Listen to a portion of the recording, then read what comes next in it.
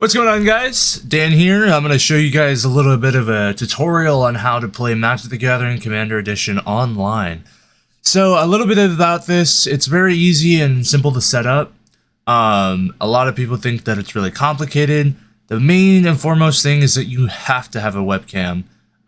There's no technical way to play the game outside of maybe this one website that I like to use. So I'm going to go ahead and just describe two of the best ways I have personally played hundreds of hours worth of games online.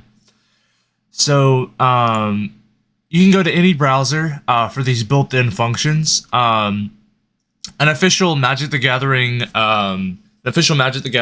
crossover is a application known as Spell Table. Those of you who are familiar with it, you may see these products in any sort of local game stores and whatnot. Basically, you'll see this demo here. All you got to do is go to spelltable.com, .wizards.com, and you will find login and a get started page. Here you can see that you can play from 1 to 4 players to be able to stream your deck. It lines up your cards.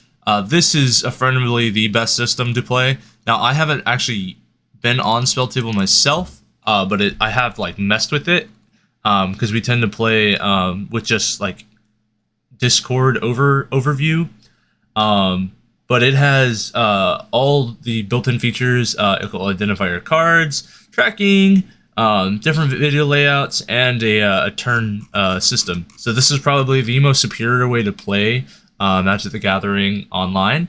Another way that we used to play is I'll bring my Discord over, for example. So say you're in a game room, for example, right? So while you're in the game room, you can turn on your screen and you can screen share the specific window that you want to share while you're playing, be it your webcam. So if you turn on your webcam, I don't have mine displayed right now, but you can aim your webcam down and it's another way to play. I'll put this away for just a second. So another website I really like to use, I use this for all my deck building. You have things like Moxfield and MTG Goldfish that are out there, really good websites, but I really love and prefer Architect. I've been using it for all sorts of deck ideas. So I'm going to go ahead and open up one of my decks. So once you have on these websites, what you can do is essentially put your whole deck list. It'll recognize the format you're playing in. So if you set a commander and then the 99 other cards within your deck list, all of these have a built-in playtesting window. So I just clicked there. There's a button in the right top to be able to playtest.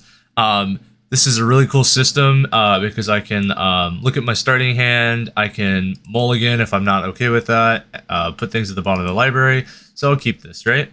So a big thing before you start streaming this, you do have to acknowledge that once you're in the game, this is your starting hand. So there is a system. If you just saw what I did there, I'll explain it. Architect, while you're playing, it has functionality to put cards on the battlefield. This would be your battlefield here, and this is your hand. Drawing cards is a simple. All of these websites have built-in instructions on how to use them, so you don't need to have me tell you how to use them. It's self-integrated, so you'll be able to figure it out. And when you're playing with someone, it'll be another way to also do it. I really like Architect because they have a little button here called Pop Out. And what this is it opens up a separate window to be able to show your battlefield, but with your hand reversed. This hand can be revealed. It can also be played on the battlefield. So cards like this will actually go out, and but you'll be playing from this window. So an example would be if I were to do these side by side. You can see that this field, I can see my hand here, but my opponents can't here. So I'll be playing things and the battlefield will update. What's cool about the website and why I was bringing Discord, it's just like Spell Table, but with Architect. So I think this is the better system because Spell Table doesn't have all the functions that Architect does. Architect's a little bit superior when it comes to its playtesting. So when you are screen sharing here, it's really easy. You're going to screen share. And you're going to choose the window where the deck is facing the battlefield. And from this point, you can have all of your digital cards.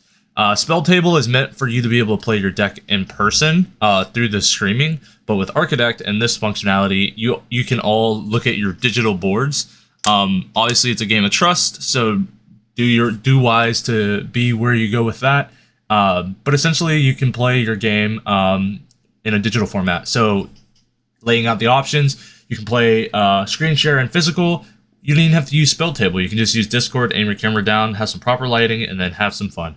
That really all there is to it. If you have any questions, just shoot me a text and I'll show you how to do it. I'll be popping up into some games occasionally if anyone else wants to play. But this will be fun for us to do throughout the winter time if anyone wants to play games. Otherwise, I will thank you all for watching this video and see you in spring.